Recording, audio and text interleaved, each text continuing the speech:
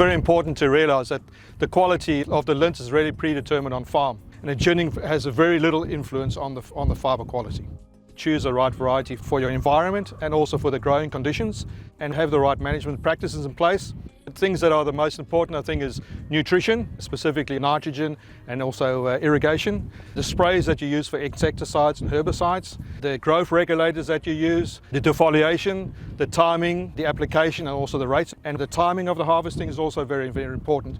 These days, most of the cotton is done in round modules, and growers have to be aware that the variability in the rounds is a lot more than the conventional modules that we used to have. We do a lot of blending in field, which obviously in the round modules doesn't happen that much anymore. One of these round modules is about 4 bales.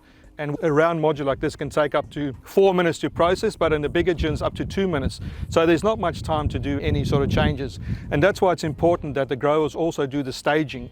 In other words, as the modules are made, that they stage them in the correct order. That makes life with the gins a lot easier and also allows for a lot more uniform processing and control. If perhaps they have a couple of round modules that are of inferior quality, there is a tendency of some growers that they slip them into better quality modules in a hope that it would sort of even out. Well, that doesn't happen, unfortunately, and causes the gins a lot of strife. Really, the only place where the gin can improve the quality is if the cotton is marginal on the colour side of things. As I've said, generally speaking, the fibre quality is already predetermined on the farm, and a gin can only improve it slightly. And sometimes by improving that slightly, it can also cause other damages.